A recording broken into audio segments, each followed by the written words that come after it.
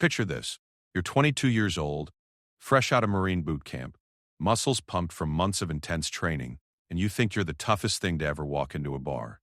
Your dress blues are crisp, your confidence is sky high, and every civilian in sight looks like they couldn't last 5 minutes in your world. You've earned the title Marine, and nobody can take that away from you. But what happens when your arrogance meets someone who's been where you've never even dreamed of going? What happens when the quiet stranger you just insulted turns out to be the commander of the most elite fighting force on the planet? What happens when your biggest moment of pride becomes your most humbling lesson? This is the true story of Marine Lance Corporal Jake Morrison, whose cocky attitude in a Norfolk bar led to an encounter that would reshape everything he thought he knew about strength, respect, and what it really means to serve. It's a story about the moment when swagger meets substance, when assumption crashes into reality, and when a young warrior discovers that sometimes the most powerful people in the room are the ones who never need to prove it. Some lessons can't be taught in boot camp. Some truths can only be learned when you're face to face with greatness and realize how much you still don't know. This is one of those stories.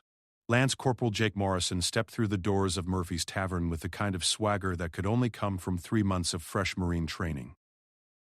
The Norfolk, Virginia establishment was packed with the usual Friday night crowd, a mix of sailors from the nearby base, college students, and local workers looking to unwind after a long week. Jake's dress blue uniform was immaculate, every crease sharp enough to cut paper, every button polished to a mirror shine. He had earned the right to wear it, and tonight, he wanted everyone to know it. Jake was 22 years old, built like a linebacker, with broad shoulders and arms that strained against his uniform sleeves.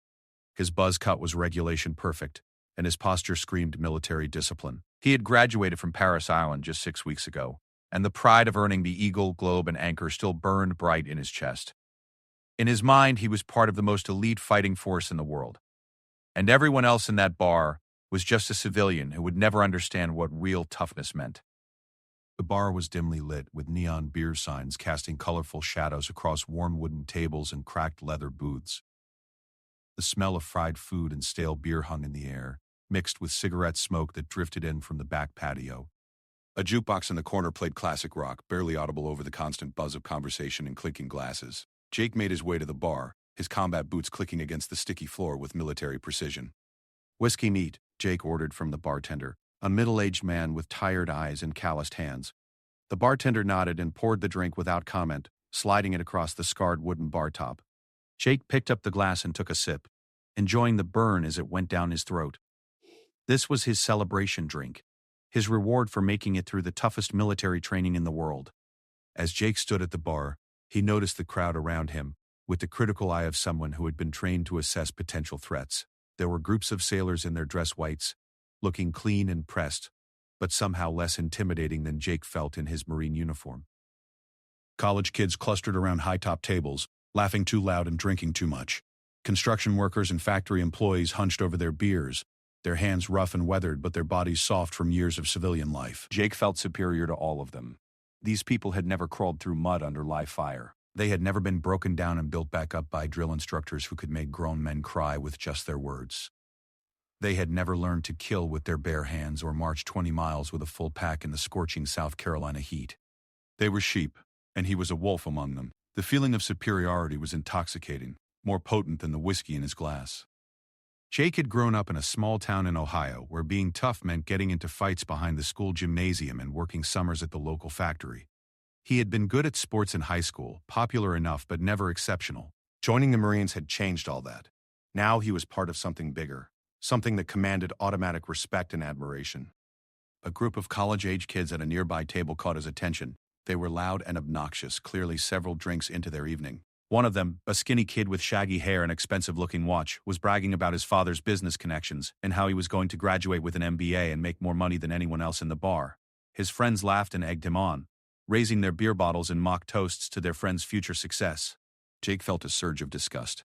These kids had no idea what real accomplishment looked like. They thought success was measured in dollar signs and corner offices, but Jake knew better. Real success was earning the title Marine, proving you could handle anything the Corps threw at you, and knowing you belonged to an elite brotherhood that civilians could never understand. The college kid's voice got louder as he continued his boastful speech about internships and networking opportunities. "I mean, let's be honest," the kid slurred, gesturing wildly with his beer bottle. "Anyone can get a government job these days. Military, post office, DMV. It's all the same. Just show up, follow orders, collect a paycheck. No real skill required. The comment hit Jake like a slap across the face. His jaw tightened and his hand gripped his whiskey glass so hard his knuckles turned white. The kid had no idea what he was talking about, had never experienced real challenge or real accomplishment, and here he was dismissing the greatest achievement of Jake's life as if it were nothing more than a participation trophy. Jake drained his whiskey in one burning gulp and slammed the glass down on the bar harder than necessary.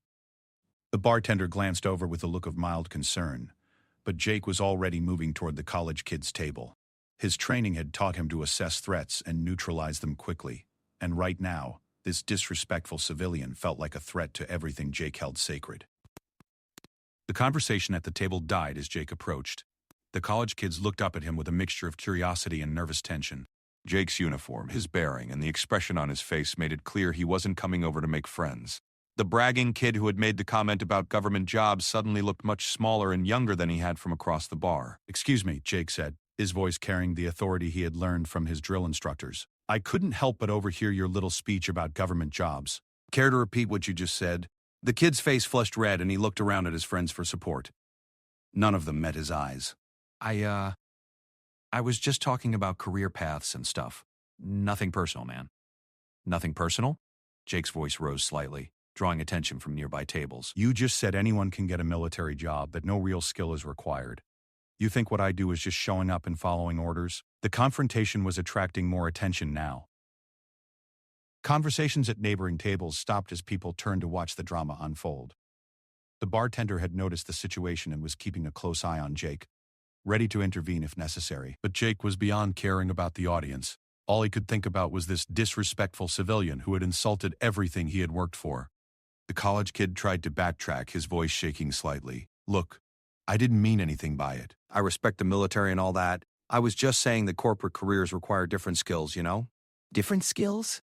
Jake laughed, but there was no humor in it. Let me tell you about skills, college boy. I can navigate by the stars, survive in the wilderness with nothing but a knife, and take out an enemy combatant from 500 yards.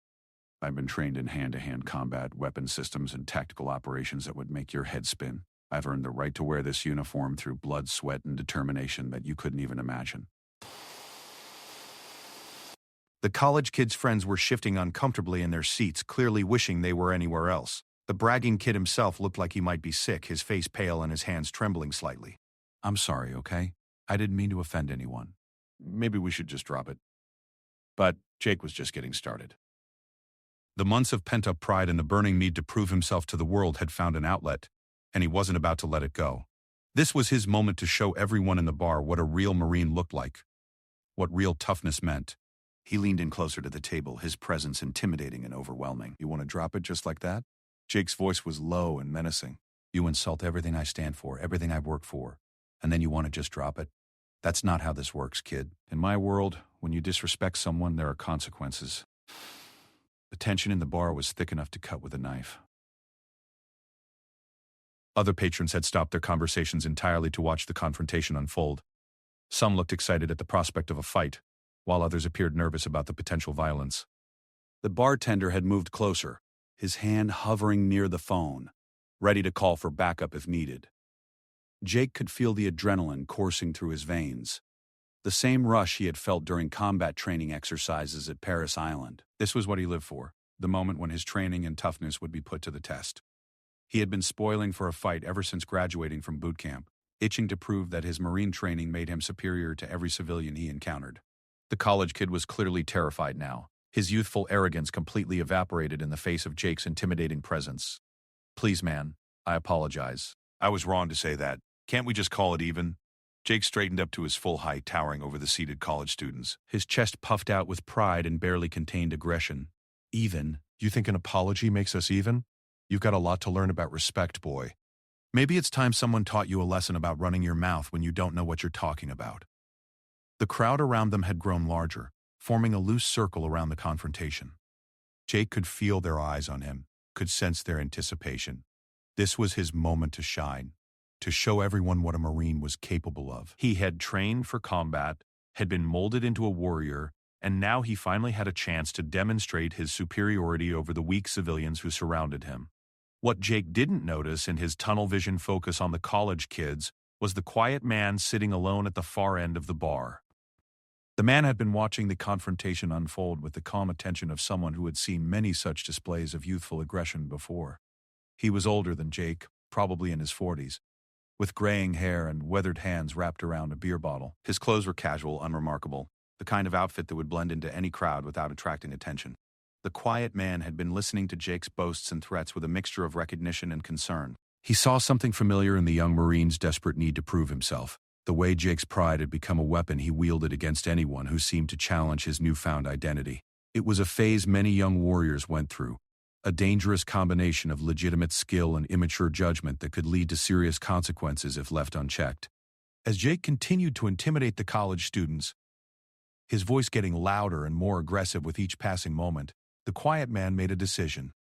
He finished his beer in one long pull, left a $20 bill on the bar, and stood up. His movement was fluid and controlled, the kind of effortless grace that comes from decades of physical training and combat experience. He began walking toward the confrontation, his approach casual and unhurried, as if he were simply heading to the restroom or stepping outside for some fresh air.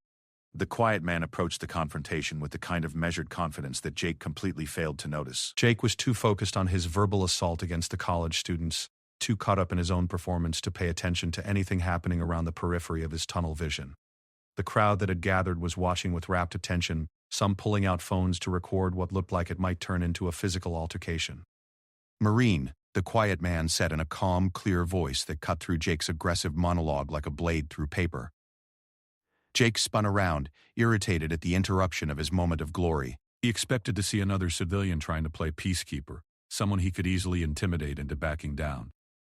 Instead, he found himself face to face with a man who stood with the kind of relaxed readiness that Jake's training should have recognized as dangerous, but his arrogance prevented him from seeing. The man was average height, maybe 5'10", with a lean build that suggested functional strength rather than showy muscle. His hair was salt and pepper gray, cut short but not military regulation. His face was weathered and lined, with a kind of deep tan that came from years of outdoor work in harsh conditions. His eyes were what should have given Jake pause, pale blue, calm, and absolutely fearless. They were the eyes of someone who had seen real combat, real violence, and emerged from it with a quiet confidence that needed no external validation. "What do you want, old man?" Jake snapped, his adrenaline still pumping from the confrontation with the college kids. "This doesn't concern you. Mind your own business."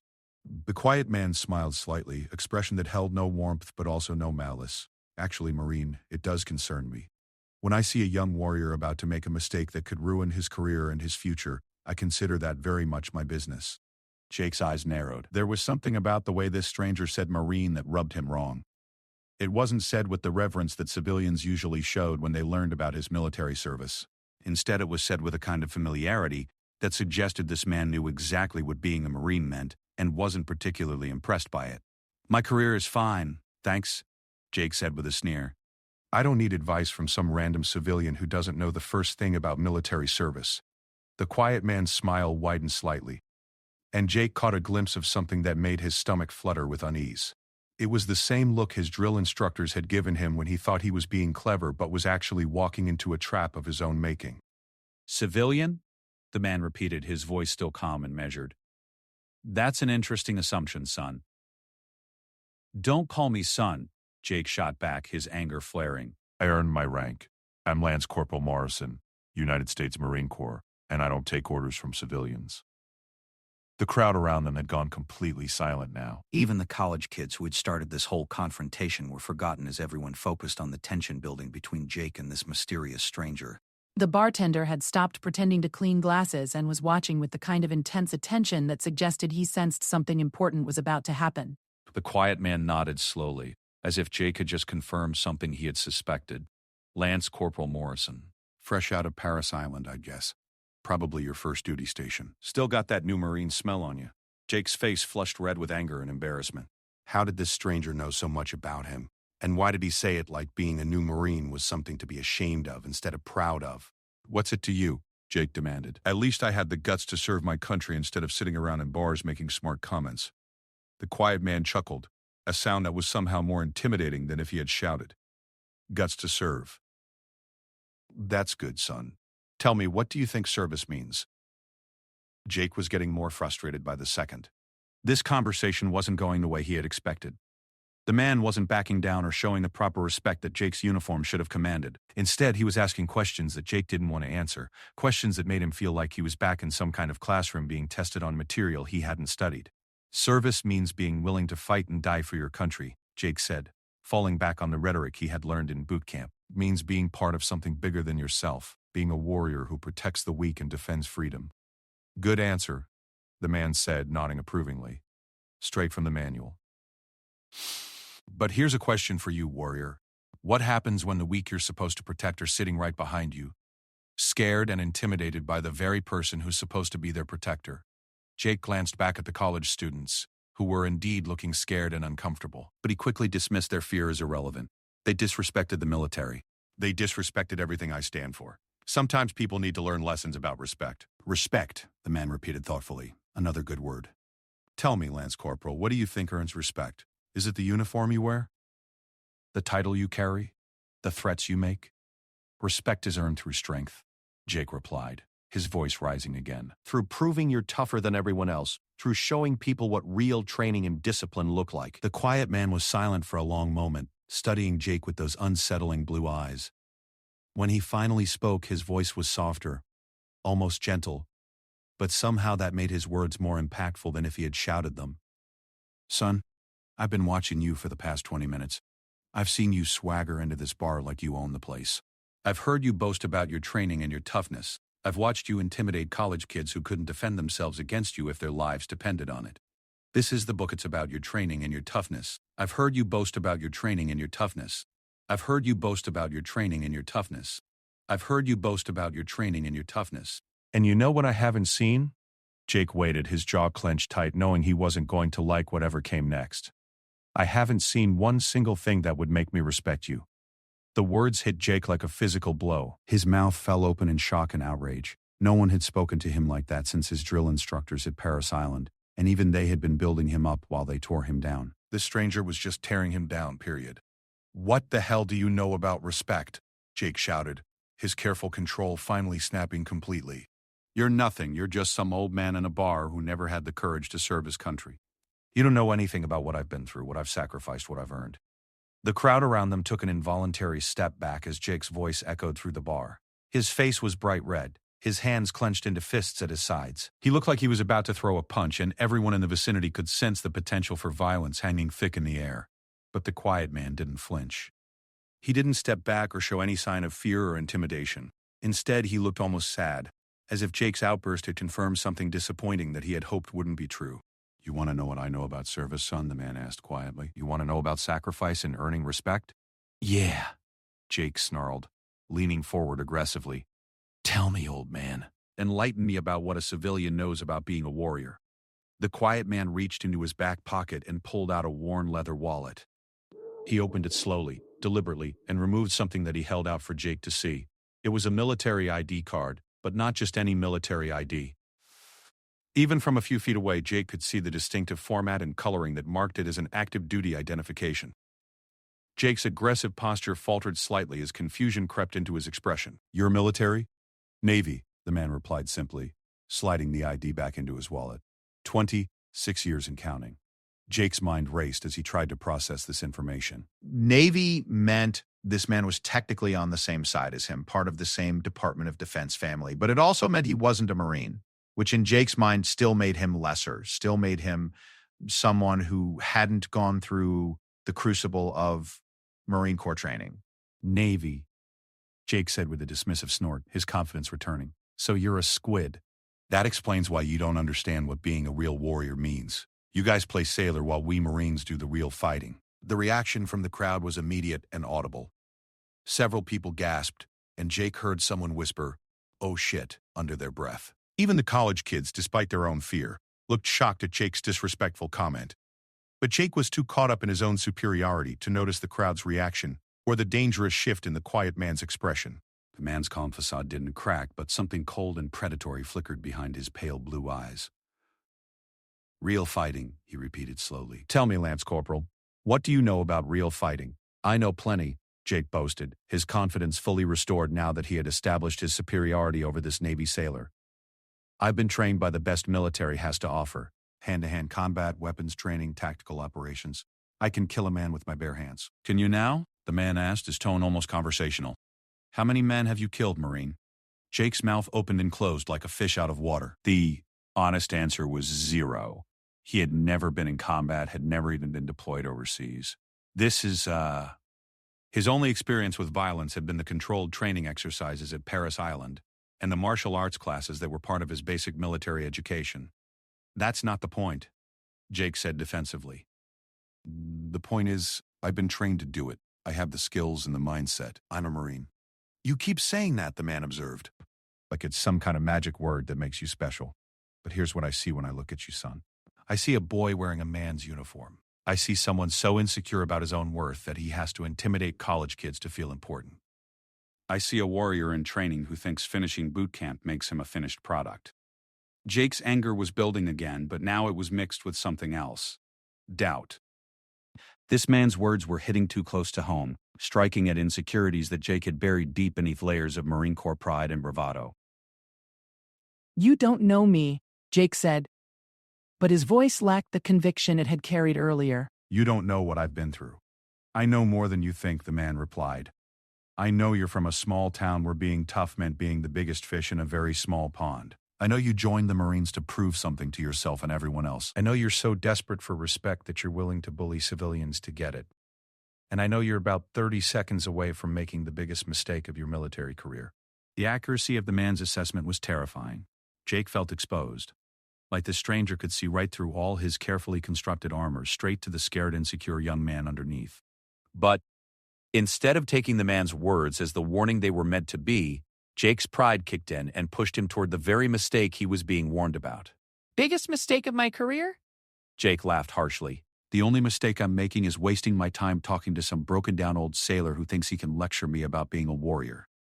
Maybe you need a reminder about which branch of service produces real fighters. Jake took a step closer to the man, his hands clenched into fists, his body language screaming aggression and threat. The crowd around them tensed, sensing that the verbal confrontation was about to turn physical. The bartender's hand moved toward the phone, ready to call the police if necessary. But the quiet man just stood there, relaxed and ready, watching Jake approach with the kind of calm attention that a professional fighter gives to an amateur who's about to embarrass himself. There was no fear in his eyes, no tension in his body, just a quiet confidence that spoke of experience Jake couldn't even imagine. The moment stretched like a rubber band about to snap. Jake stood there with his fists clenched, his whole body coiled for a fight that every instinct told him he needed to win. The quiet Navy man remained perfectly still, but there was something in his posture that reminded Jake of a coiled spring relaxed on the surface but ready to explode into action at the first sign of aggression. Last chance, son, the man said quietly, his voice carrying just enough authority to make Jake hesitate, walk away. Go back to your base. Sleep off whatever it is that's eating at you. Don't let your pride write a check your future can't cash. But Jake was too far gone, too committed to his course of action to back down now. In his mind, backing down would be admitting weakness. Admitting that this old sailor was somehow superior to him. That was unacceptable. Everything Jake believed about himself, everything he had built his new identity on, depended on proving his superiority in this moment. I don't take orders from squids. Jake snarled, taking another step forward. Maybe it's time someone taught you about the Marine Corps food chain. The man sighed deeply, a sound filled with disappointment and resignation. Okay, Marine, but before you do something that can't be undone, let me ask you one more question. Do you know what DEDHERU is? Jake paused, thrown off by the unexpected question. What? DevGru, the man repeated patiently. Development Group, also known by some other names. SEAL Team 6.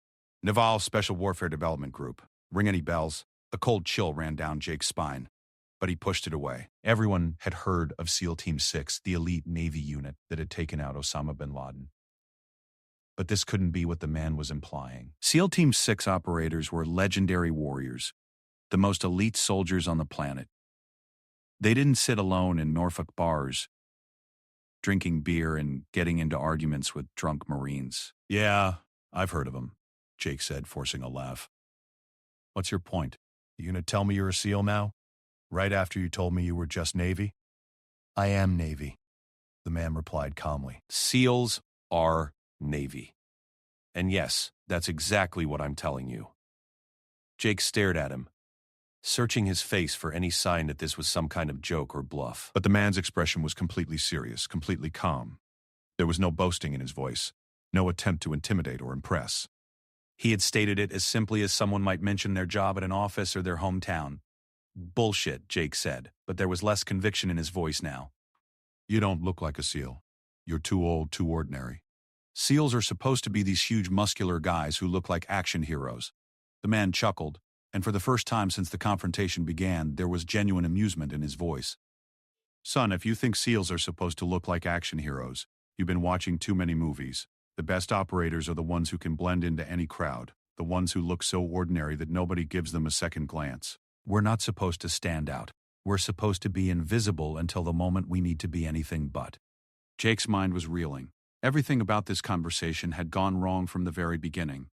But now it was spiraling into territory that terrified him. If this man was telling the truth, if he really was a member of SEAL Team 6, then Jake wasn't just confronting some random sailor. He was about to pick a fight with one of the most dangerous human beings on the planet. Prove it, Jake said desperately, clinging to the hope that this was all some elaborate bluff.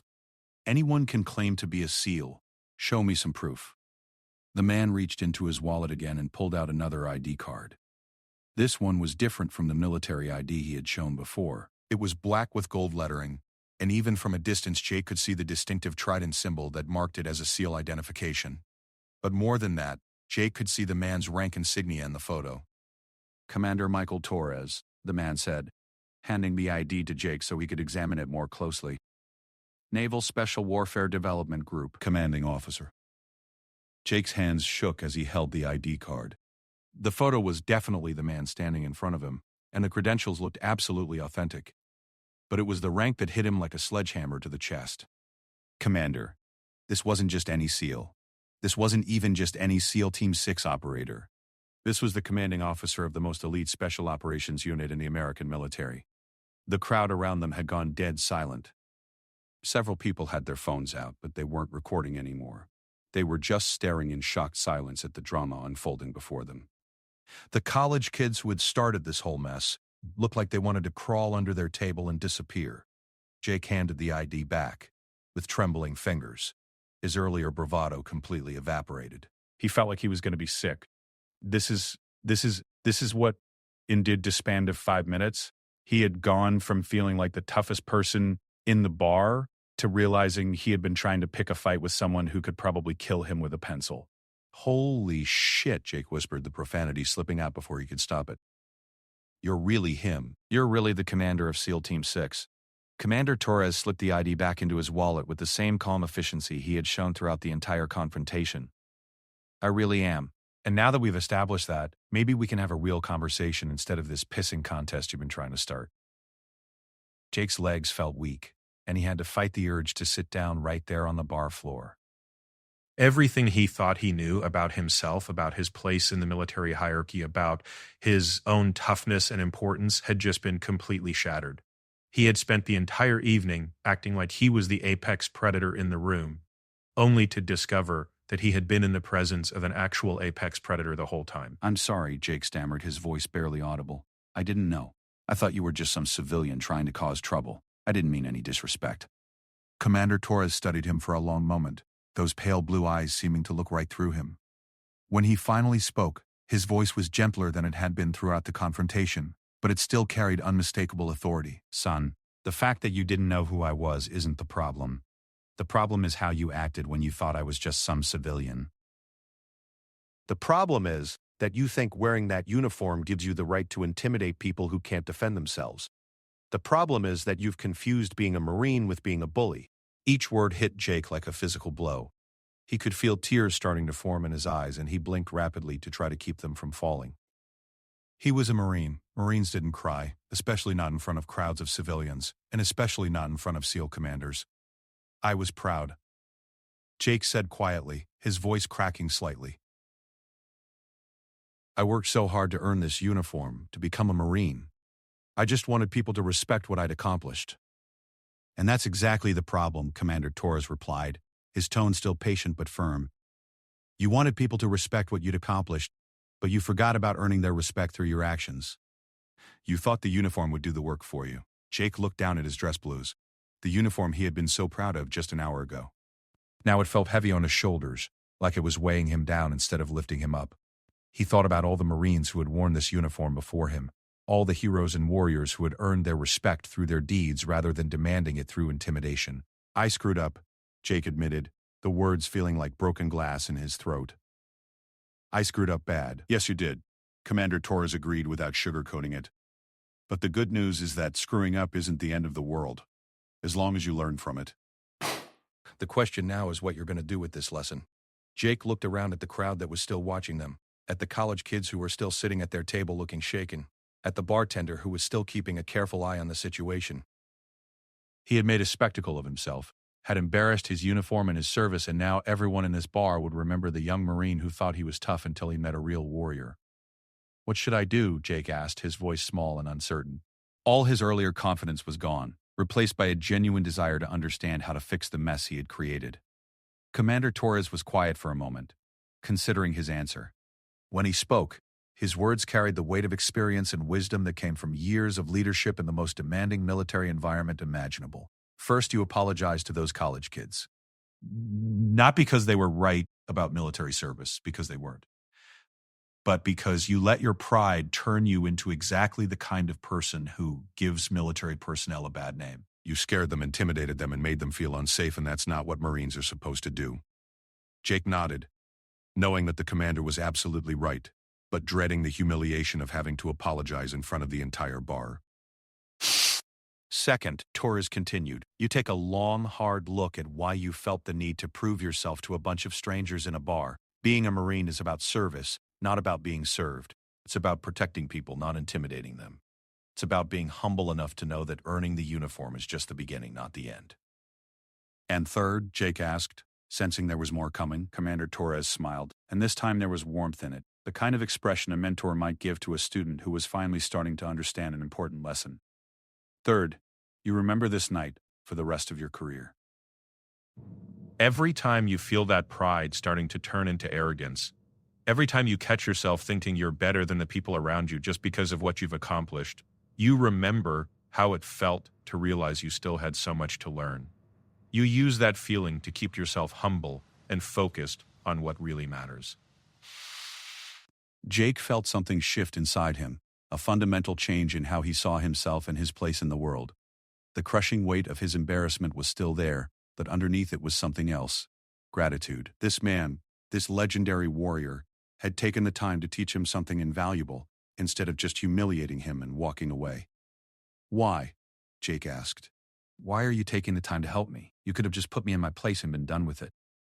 Commander Torres was quiet for a moment, his eyes distant as if he were remembering something from long ago.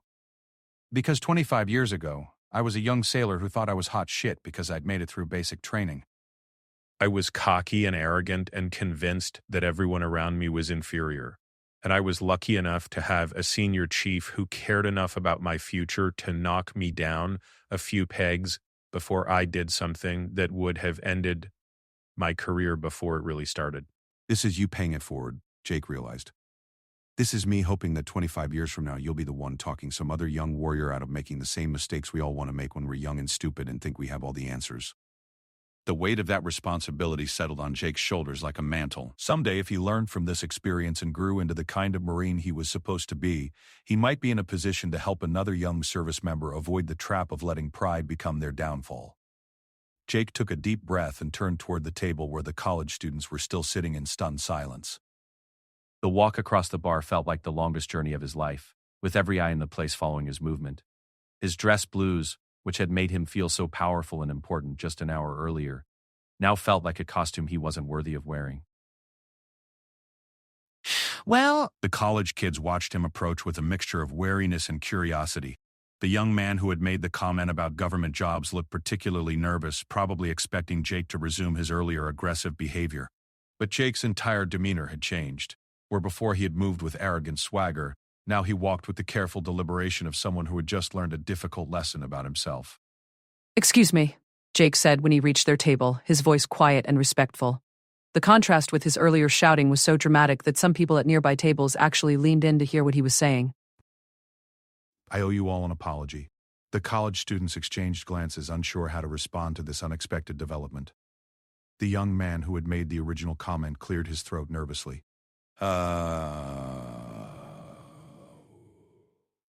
Okay. Thanks, I guess. No, Jake said, shaking his head. Not just, thanks, I guess. I owe you a real apology.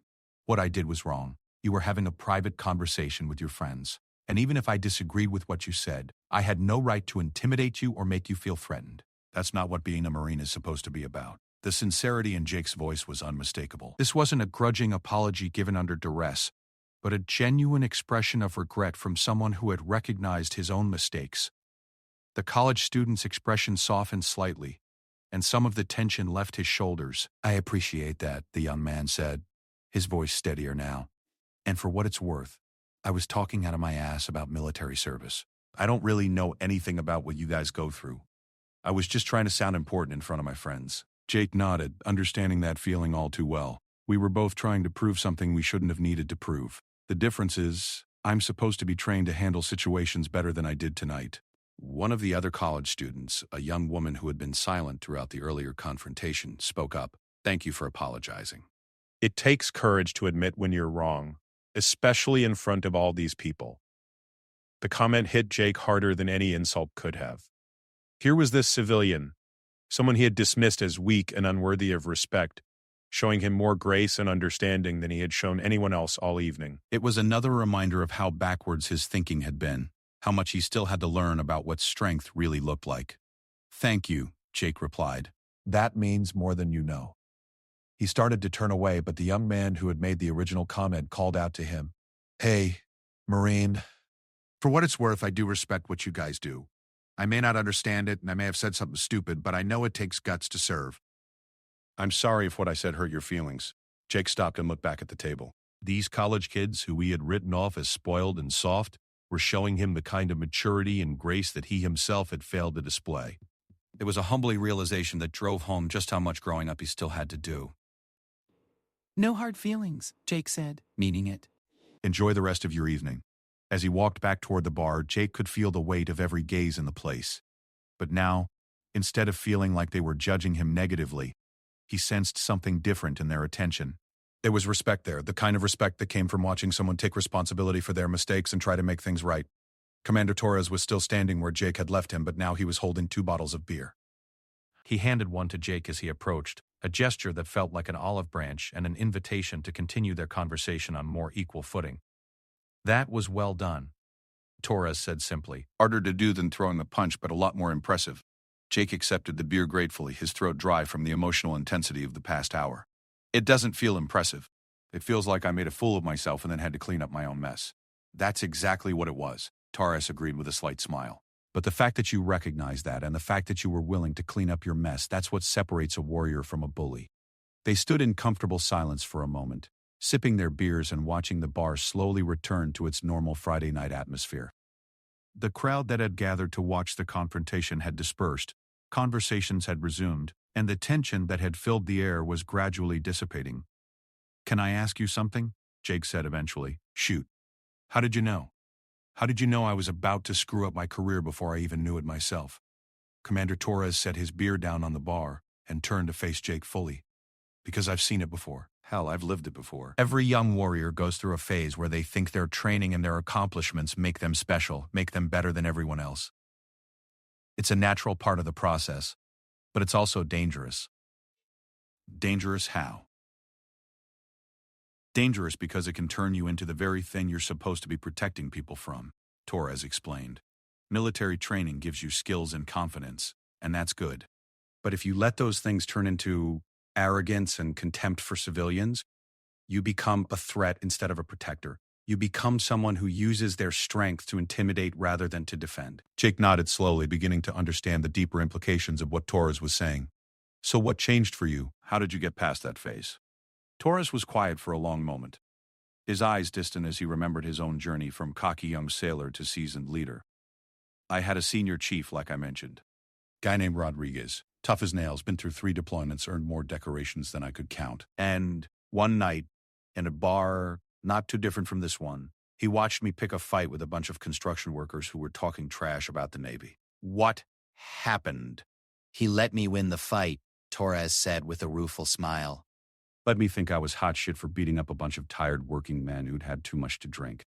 Then he pulled me aside and asked me a question that changed everything. What was the question? He asked me what I thought my mother would say if she could see me using the training the Navy had given me to beat up civilians who posed no threat to anyone. Torres took another sip of his beer. That hit me like a lightning bolt. I realized that instead of becoming the kind of man my family could be proud of, I was becoming exactly the opposite. Jake felt a chill run down his spine as he imagined his own mother watching his behavior tonight. She had been so proud when he graduated from boot camp, so excited to see him in his dress blues. What would she think if she had seen him bullying college students and acting like a thug?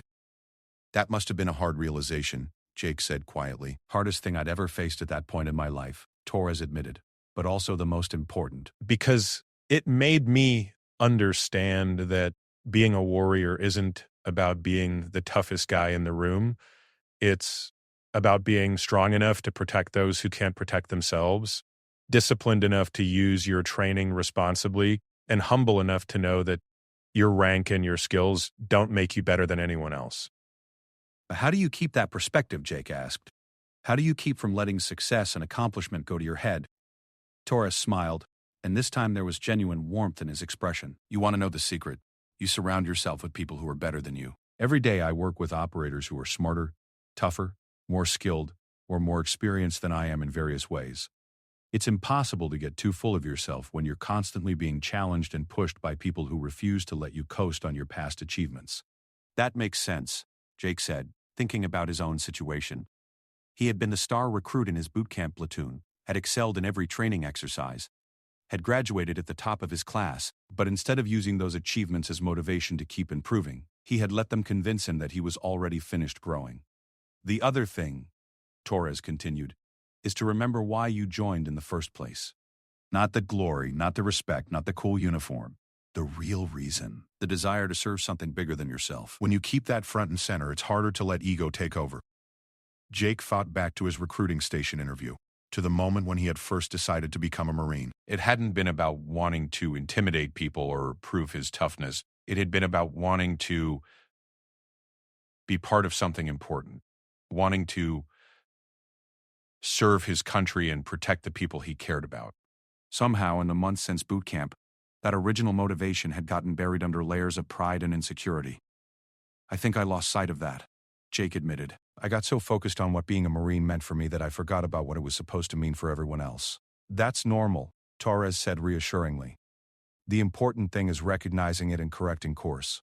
You're young, you've got time to grow into the kind of Marine you want to be. Tonight doesn't have to define your career, as long as you learn from it. Jake looked around the bar one more time, taking in the scene that had been the backdrop for one of the most important lessons of his life. The college students were laughing and talking again.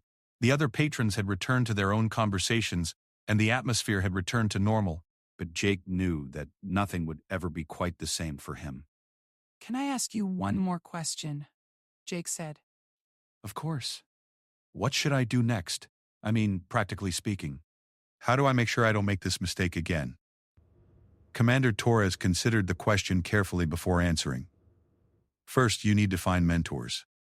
Senior Marines who've been where you are and can guide you through the challenges of military life. Don't be too proud to ask for help or advice. Jake nodded, making a mental note to reach out to some of the staff sergeants and gunnery sergeants at his unit who had always seemed approachable but whom he had been too proud to learn from. Second, you need to stay connected to the civilian world. It's easy to develop an us versus them mentality when you're surrounded by military culture all the time. But the people you're sworn to protect aren't your enemies, they're your neighbors. Remember that. And third, Jake asked, sensing there was more. Third, you need to find ways to serve that don't involve combat or competition. Volunteer work, community service, helping other young Marines who might be struggling with the same issues you've faced. Use your training and your strength to build people up instead of tearing them down. The advice resonated deeply with Jake. He could already think of several opportunities on base and in the surrounding community where he could put his skills and energy to positive use. The idea of being a positive force in people's lives rather than an intimidating presence was appealing in a way he hadn't expected. Thank you, Jake said, meaning it with every fiber of his being. I know you didn't have to take the time to teach me all this. You could have just put me in my place and walked away. Commander Torres finished his beer and set the empty bottle on the bar. Son, Every warrior has a responsibility to help the next generation of warriors become better than they are. Tonight, you were the next generation. Someday you'll be in my position, talking to some young Marine or sailor or soldier who thinks they've got all the answers. When that day comes, I hope you'll remember this conversation and pass it forward. 6 months had passed since that night at Murphy's Tavern, and Jake Morrison stood in front of his bathroom mirror, adjusting his dress blue uniform one final time. Tonight was different from that first night he had worn these blues to a bar. Tonight, he was attending a ceremony at the local community college where he would be recognized for his volunteer work with their veteran support program. The young Marine looking back at him from the mirror bore little resemblance to the cocky, arrogant kid who had swaggered into that Norfolk bar half a year ago. Physically, he looked much the same, still tall, still muscular, still carrying himself with military bearing. But there was something fundamentally different in his eyes. Where there had once been desperate bravado and insecurity masquerading as confidence, there was now a quiet assurance that came from genuine accomplishment and growth. The transformation hadn't happened overnight. In fact, the first few weeks after his encounter with Commander Torres had been some of the most difficult of Jake's military career. The shame and embarrassment of that night had followed him back to base, weighing on his mind during every training exercise and every interaction with his fellow Marines. He had replayed the confrontation countless times, cringing at his own behavior and wondering how many other people he had intimidated or alienated, without even realizing it. The turning point had come when Jake finally worked up the courage to approach Staff Sergeant Maria Gonzalez, a 20-year Marine veteran who ran the unit's mentorship program. Jake had always been intimidated by her, not because she was physically imposing, but because she carried herself with the kind of quiet authority that came from decades of earned respect. She had a reputation for being tough but fair, someone who would tell you exactly what you needed to hear whether you wanted to hear it or not. "Staff Sergeant," Jake had said one afternoon after a particularly challenging training exercise, "I need to talk to someone about some things I've been struggling with." Gonzalez had looked him up and down with experienced eyes, seeming to assess not just his physical condition but his mental and emotional state as well. "What kind of things, Morrison?" "Leadership things. Character things. I think I've been approaching this whole Marine thing wrong, and I need help figuring out how to fix it." That conversation had led to weekly mentoring sessions that became the foundation of Jake's growth as both a Marine and a person. Staff Sergeant Gonzalez didn't just give him advice. She challenged him to examine his motivations, to think critically about what kind of leader he wanted to become, and to take concrete steps toward becoming that person. One of her first assignments had been simple but profound. Jake was to spend one evening a week volunteering somewhere in the civilian community, and he was to do it in civilian clothes without mentioning his military service unless directly asked. The goal was to learn to value civilian perspectives and to contribute to society without expecting recognition or special treatment. Jake had chosen to volunteer at a local food bank, helping to sort donations and serve meals to families in need. The work was humble and unglamorous, nothing like the heroic combat scenarios he had imagined when he first joined the Marines, but it taught him lessons that no amount of military training could have provided. He met single mothers working multiple jobs to support their children, elderly veterans who had served in Vietnam and Korea, teenagers who were trying to help their families make ends meet while still attending school. These weren't the weak civilians he had once looked down upon. They were people facing challenges that required different kinds of courage and strength than anything Jake had ever encountered. There was Maria Santos, a widow in her 70s who came to the food bank every Tuesday not because she needed food, but because she wanted to help serve others who did. Despite having lost her husband the previous year and living on a fixed income that barely covered her medications, she spent her afternoons making sure that every person who came through the line felt welcomed and valued.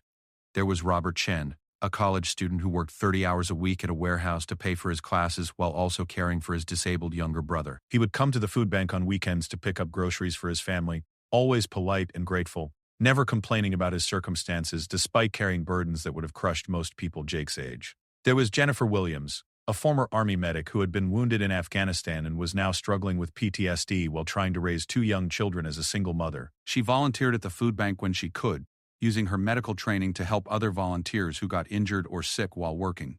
These encounters forced Jake to confront his own prejudices and assumptions about civilian life.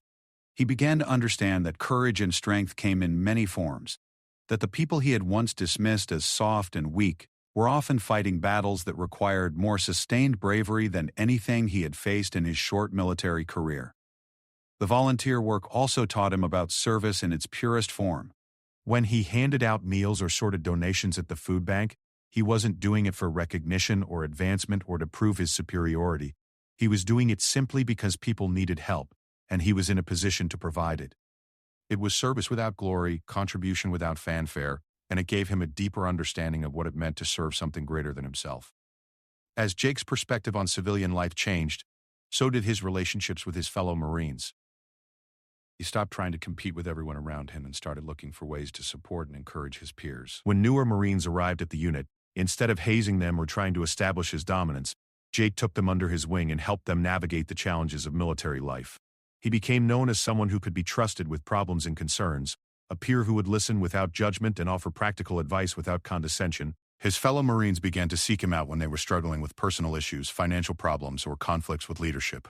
Jake discovered that being someone others could rely on was far more satisfying than being someone others feared. His transformation was noticed by his superiors as well. Staff Sergeant Gonzalez began giving him leadership opportunities that would have been unthinkable 6 months earlier. He was put in charge of training new recruits, organizing community outreach events, and representing the unit at local civilian functions. Each new responsibility taught him more about what real leadership looked like, not domination or intimidation, but inspiration and service. The most significant test of Jake's growth came 4 months after his encounter with Commander Torres. He was at another bar, this time with a group of fellow Marines celebrating a successful training exercise. The atmosphere was relaxed and friendly, with Marines from different units mingling and sharing stories about their experiences. Jake was engaged in conversation with a Navy corpsman who had just returned from a deployment to the Middle East when he overheard a familiar sound from across the bar. A young Marine, probably fresh out of boot camp just like Jake had been, was loudly berating a group of college students who had apparently made some comment about military spending that the Marine found offensive. The scene was almost identical to Jake's own confrontation 6 months earlier. The young Marine was standing over the college students in an intimidating manner, his voice raised, his body language aggressive. The civilians looked scared and uncomfortable, clearly regretting whatever comment had sparked the confrontation. Other patrons were starting to notice the disturbance, and Jake could see the bartender reaching for his phone. For a moment, Jake was transported back to that night at Murphy's Tavern, remembering how it had felt to be consumed by anger and pride, how satisfying it had seemed to intimidate people who couldn't defend themselves. But now, looking at the scene from the outside, he could see how pathetic and self-destructive that behavior really was. Without hesitation, Jake excused himself from his conversation and walked across the bar toward the confrontation. He approached from the side, coming into the young Marine's peripheral vision, without appearing threatening or aggressive. When he was close enough to be heard clearly, he spoke in a calm, respectful voice. "Marine," Jake said, using the same tone that Commander Torres had used with him. "Can I talk to you for a minute?" The young Marine turned toward Jake, irritation clear on his face. "What do you want?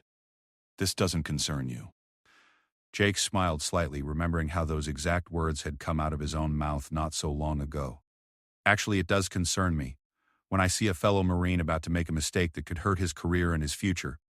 The parallel was so exact that Jake almost laughed, but instead he focused on the young Marine in front of him, a kid who was probably 19 or 20, muscular and proud and desperate to prove himself, just like Jake had been.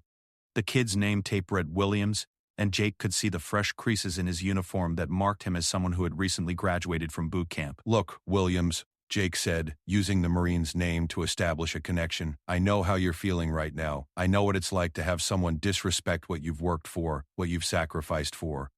But this isn't the way to handle it." Williams looked Jake up and down, taking in his uniform and bearing. Jake was clearly senior to him, not by much in terms of time and service, but enough to command respect. They were talking trash about the military, about how we're wasting taxpayer money. I can't just let that slide.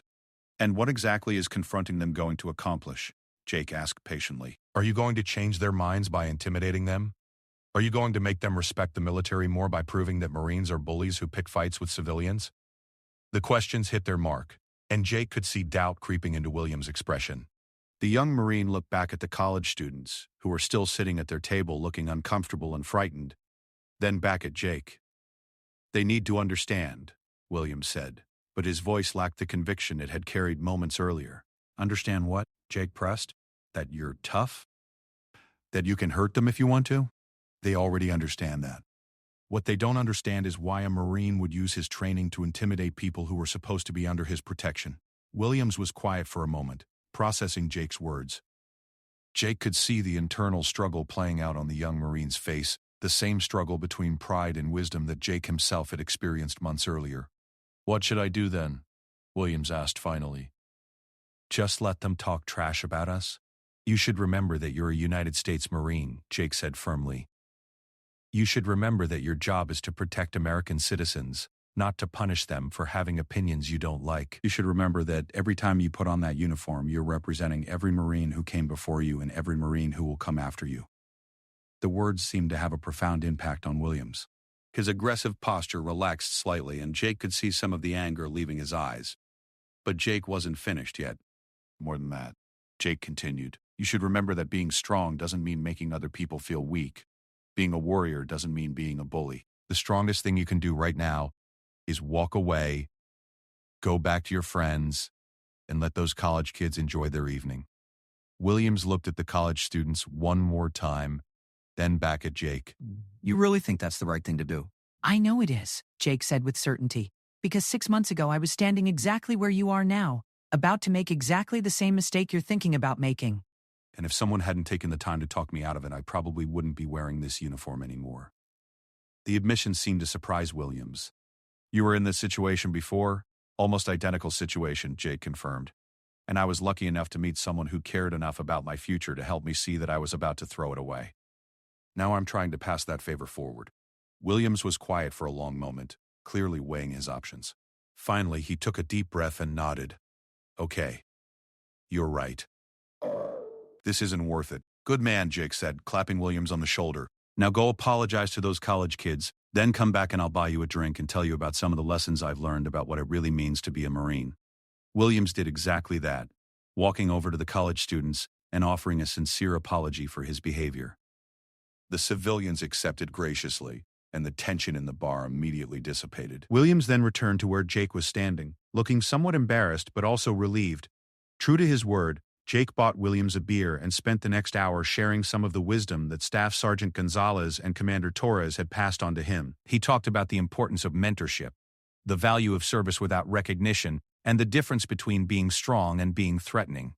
Williams listened intently, asking thoughtful questions and clearly taking the lessons to heart. By the end of the evening, Jake felt something he had never experienced before, the deep satisfaction that came from using his strength and experience to build someone up rather than tear them down.